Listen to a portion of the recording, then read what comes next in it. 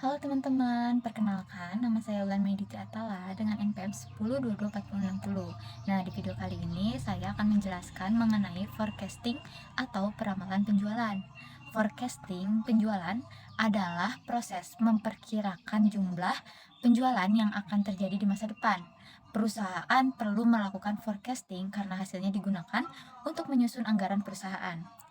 Lalu, untuk menentukan target perusahaan dan membantu pengambilan keputusan bisnis. Nah, dengan adanya peramalan ini, perusahaan dapat mempersiapkan strategi yang lebih baik agar kegiatan operasional berjalan dengan lancar. Secara umum, metode forecasting dibagi menjadi dua, yaitu metode kualitatif dan metode kuantitatif.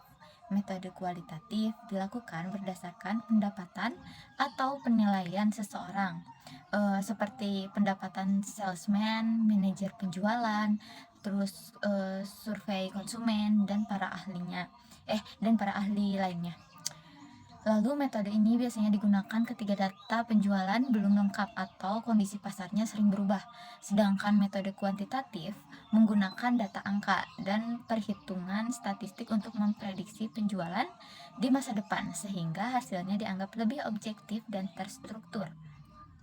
Lalu dalam metode kuantitatif terdapat beberapa metode yang digunakan seperti tren bebas atau tren semi average atau tren moment, least square, terus ada regresi dan korelasi.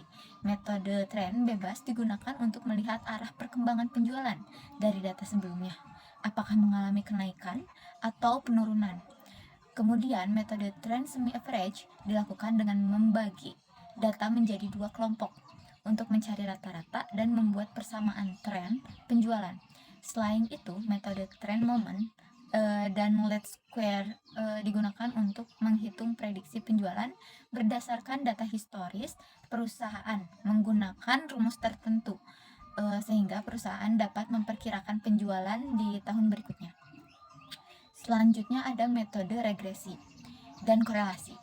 Metode regresi itu digunakan untuk mengetahui hubungan antara penjualan dengan faktor lain, misalnya jumlah konsumen. Jika hasil regresi menunjukkan nilai positif, maka artinya semakin banyak konsumen, semakin tinggi juga tingkat penjualan perusahaan. Sedangkan kalau metode korelasi digunakan untuk mengetahui seberapa kuat sih hubungan antara dua variabel tersebut. Dari materi ini dapat disimpulkan bahwa forecasting sangat penting bagi perusahaan karena membantu dalam perencanaan penjualan, penyusunan strategi bisnis, dan pengambilan keputusan agar perusahaan dapat mencapai target yang diinginkan. Sekian dari saya, mohon maaf bila masih ada kekurangan. Assalamualaikum warahmatullahi wabarakatuh.